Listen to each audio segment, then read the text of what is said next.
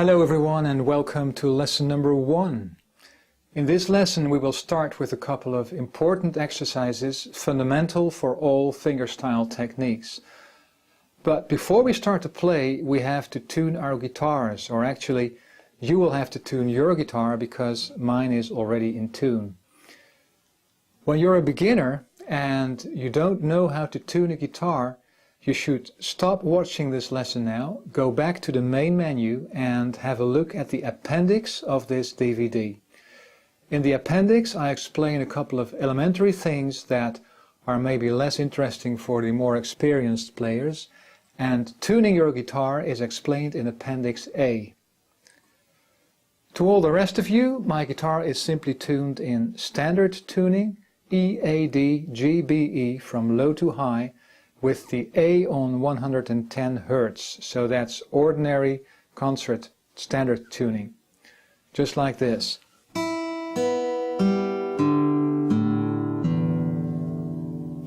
Okay, I assume that's enough for you. If not, just press the rewind button on your remote control and I'll do it again for you. When we talk about fingerstyle guitar, it's going to be very important, of course, that you understand exactly what strings you have to touch when I explain things to you.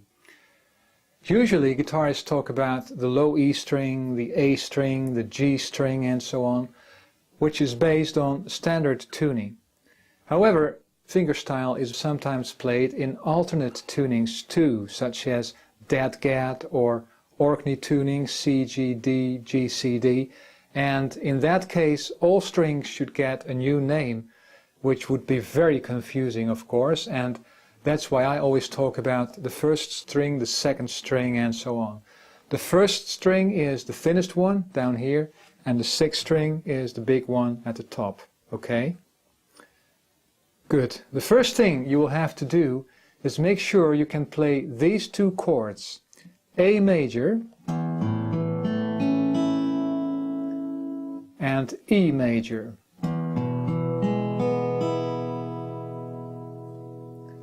I guess some of you already know how to play these chords. They're about the most common guitar chords that are used, but for the beginners we'll briefly switch to the other camera.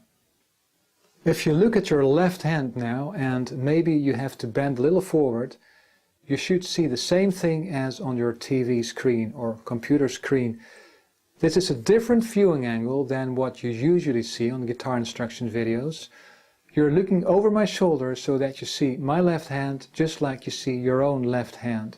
For the beginners we now show a diagram for the A major chord at the right.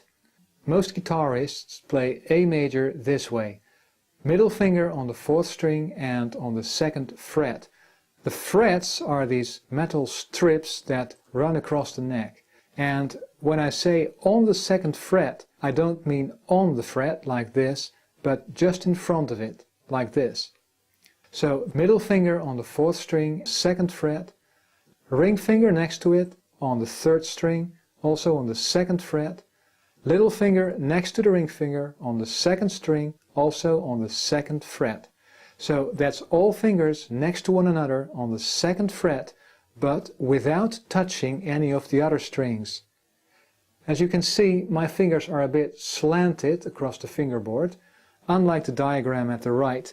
That's only because otherwise they don't fit. It's no problem as long as they remain in the space between the 1st and the 2nd fret. If you strum all the strings now, from low to high, you should hear something like this.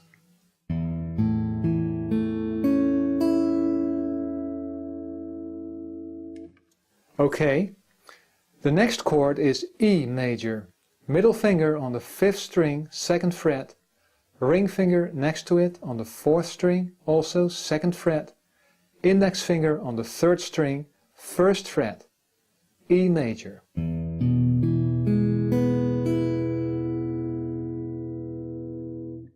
If you cannot play these two chords, stop watching this DVD now and learn them first. And only when you can play both of them without too much trouble, you get back here. Because you need these two chords for the first fingerstyle exercise with your right hand, which we're going to do now. And for my right hand I am using this little piece of equipment, my thumb pick. I put it around my thumb like this, and then I use the thumb pick to play the bass strings.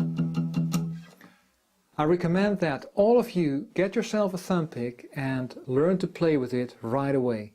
It's a great tool for a fingerstyle guitar because it will produce more volume, a better tone and better timing too. It's true that you have to get used to it, and in the beginning it will even seem impossible to learn, but I would never play without one anymore. Don't worry if you don't have one right now, that's alright. For the time being you can just play with your bare thumb. Just make sure to get a thumb pick as soon as possible. And you should also have a look at Appendix B of this DVD, where I tell a bit more about thumb picks.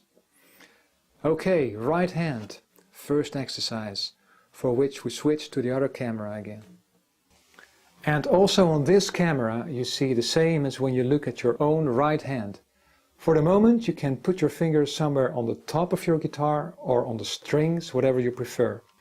With your left hand you play the A major chord, and then you play with only the thumb of your right hand, first the 5th string, then the 4th string, then the 6th string, and then again the 4th string. Okay, again, 5th string, 4th string, 6th string, 4th string, 5th string, 4th string, 6th string, 4th string. Okay, at this point you will have to practice this until you can play it without thinking. That will take some time, so just to add a little variation to the exercise, we will also include the E major chord. For the E major chord, the picking pattern is almost the same, but not exactly the same. You play E major with your left hand, and with your right hand you now start with the 6th string instead of the 5th string. So 6th string, 4th string, 5th string, 4th string, 6th string, 4th string, 5th string, 4th string, 6, 4, 5, 4. The reason that you play the bass strings differently for these two chords is only a matter of tradition in Western music. If you would use the same picking pattern for both chords, it would sound a little strange most of the time. Okay, the first thing you have to do now is practice these two picking patterns until you can play both of them without thinking. That means that you will have to repeat the two exercises again and again and again, as often and as long as you can. Maybe that sounds uninspiring, but you'll see that in the beginning it's not simple at all. So you will have to repeat the exercises as much as you can until it becomes as easy as, for example, lacing your shoes. Lacing your shoes is really not that simple at all, but you have done it so often that you can do it without thinking, even while you're watching TV or talk to someone. And that only happened because of the repetition, by lacing your shoes every day again for many years. And also now you need repetition with this exercise, the more the better. Maybe after 5 minutes or so of doing these exercises, you'll think, hey, I can do it. And that's great, of course, but then put away your guitar and try to do it again after 1 hour or so. You will probably find then that you can't do it anymore and that you have to start all over again. That is perfectly normal. You will need at least a couple of days in order to program these picking patterns into your brains. That takes time and a sufficient number of repetitions, and there is no way to speed that up.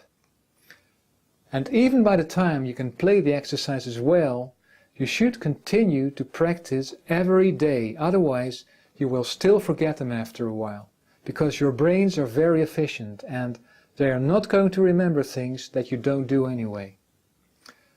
By the way, you don't have to watch this DVD every time you're doing your exercises, because in the little booklet inside the DVD box you'll find the tablature for the exercises in this lesson. If you don't know what tablature is, have a look at Appendix C and I'll tell you all about it. And also, if you have trouble to see exactly what I do in the rest of the DVD, you can find everything I will be playing in the DVD booklet in tablature, so that you can always figure out exactly what strings I'm playing and where I'm putting my fingers. Okay, I've talked enough. Time for you to get to work now. Practice the two patterns I just showed you, and by the time you can play them without too much effort, after a few days, a few weeks, that doesn't matter at all, I'll see you in lesson number 2. No, you'll see me in lesson number 2. I will only see the camera crew. Who wrote this script? You did.